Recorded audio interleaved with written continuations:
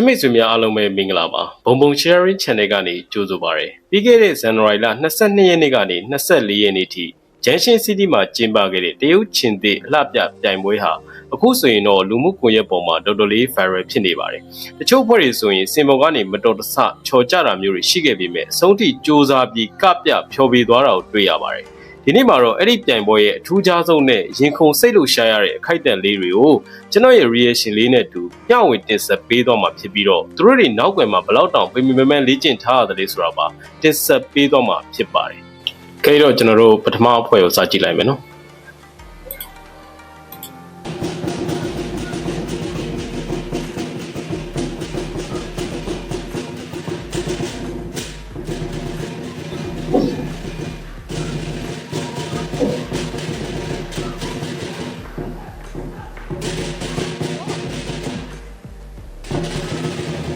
အိုးအဲ့နေရာမလွယ်ဘူးเนาะတကယ်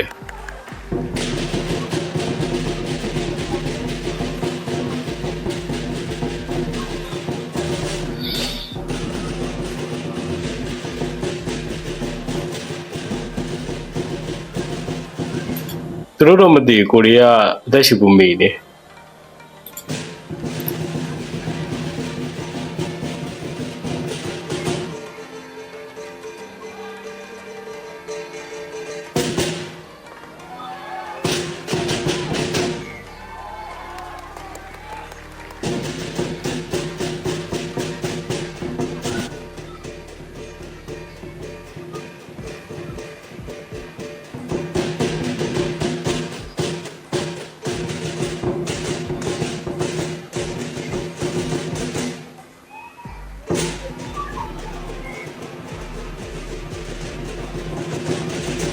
ဘာလို့မလဲခုံးမလားခုံးဖို့ရှင်ယူနေတာအိုး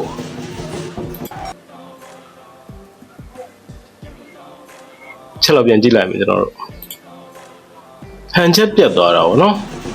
တော်တော်နာသွားမှာပဲသူတို့ပြီးတော့ကျွန်တော်တို့ဒုတိယဖွဲ့ဆက်သွားကြည့်လိုက်မယ်နော်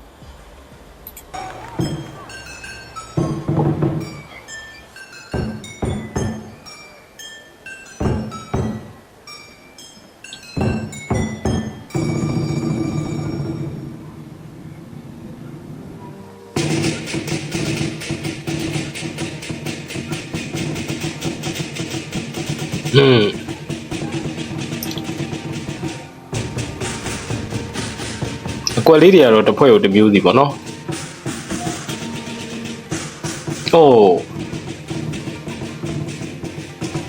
ညှောက်ပြီးခုံသွားတာနော်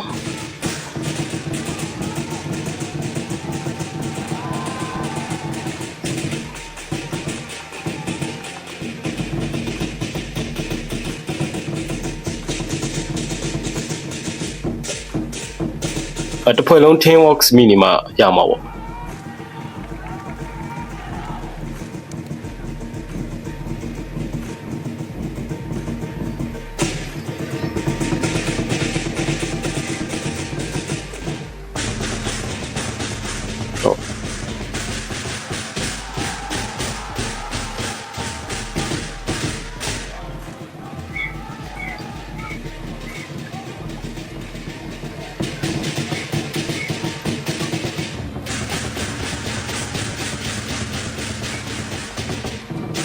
အဲ့ဒီနားလေးမှာဘုံချောင်းပုံစံလေးလုပ်ထားတာက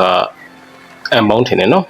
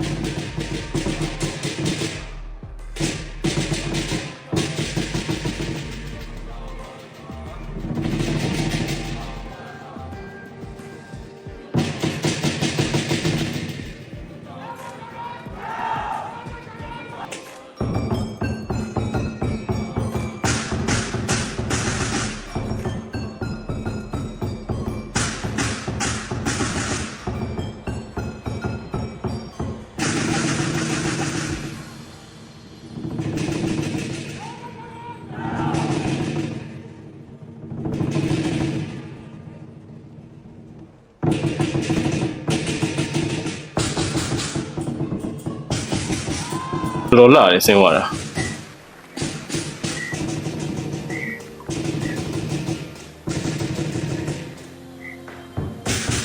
โอเคကဲဒီဖွဲ့လေးကတော့အောင်မြင်နေပြီးသွားပြီဗောနော်ဒီဖွဲ့လေးကတော့အဝါရောင်ဗောနော်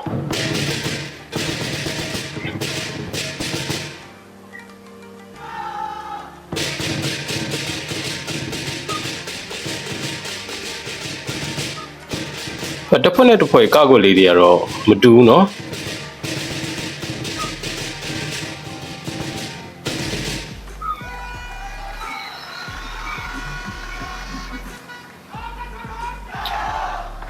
ချစ်စရာလေးအဝေးရကြည့်လိုက်ပဲဆိုလို့ရှိရင်တကယ်အကြောင်းပေါက်လေးတစ်ကောင်ကနေတယ်လို့မျိုးပေါ့เนาะ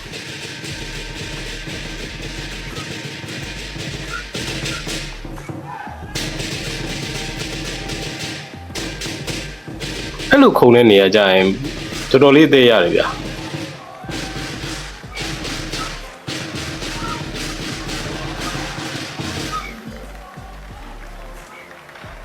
သူကရှေ့ရလူနဲ့နောက်ကလူဆိုလို့ရှိရင်နောက်ကလူကပိုပြီး strong ဖြစ်မှရမယ်လို့တော့ထင်တယ်ဘာလို့ဆိုတော့ရှေ့ရလူက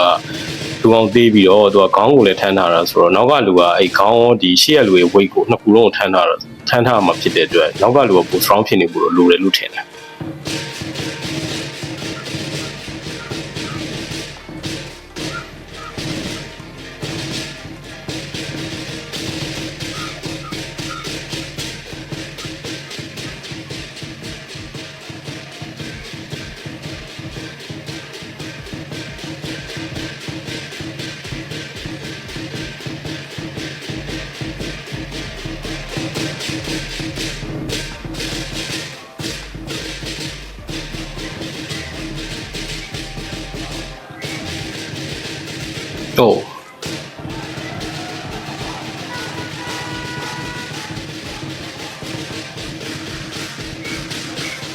โอ้တတိုင်းနဲ့ပေါ်တက်သွားတယ်နော်တတိုင်းနဲ့ပေါ်တက်သွားတာ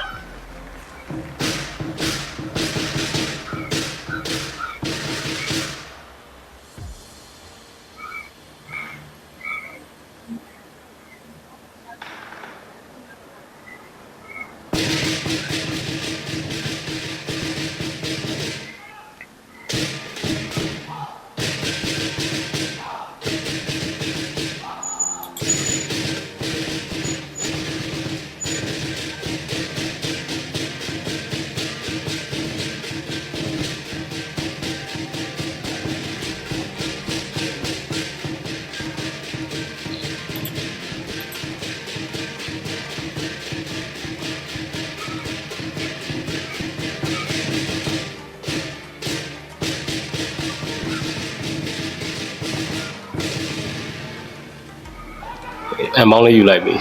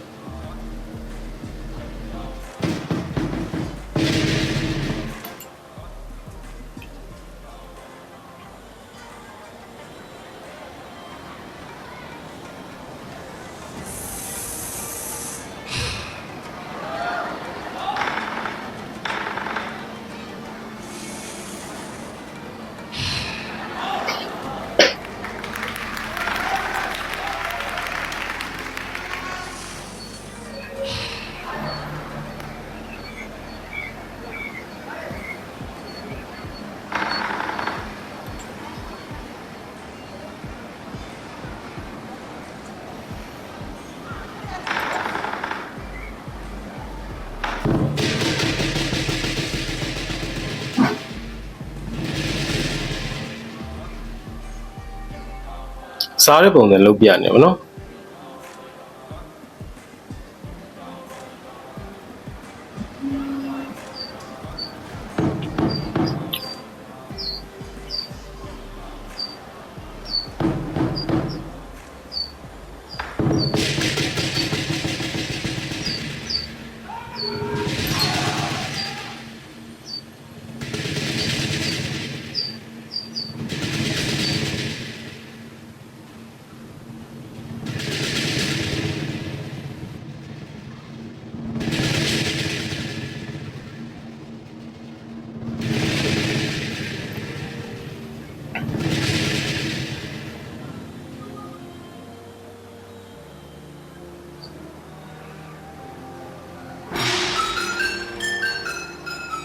ကျွန်တော်မူသွားတဲ့ပုံစံလေးလုပ်ပြတာထင်တယ်နော်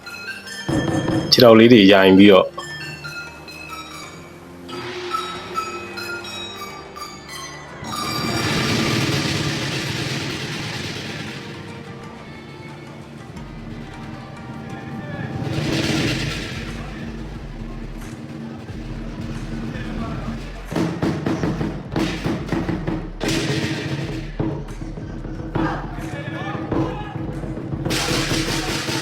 အိုးနောက်ဆုံးချိန်ကြမှာဗျာနောက်ဆုံးချိန်ကြမှာအဲ့တော့ဒီအဖွဲ့သားလေးတွေဘယ်လိုစူးစမ်းခဲ့ရသလဲဆိုတော့ behind the scenes ပုံရိပ်လေးတွေကိုတင်ဆက်ပေးမှာဖြစ်ပါတယ်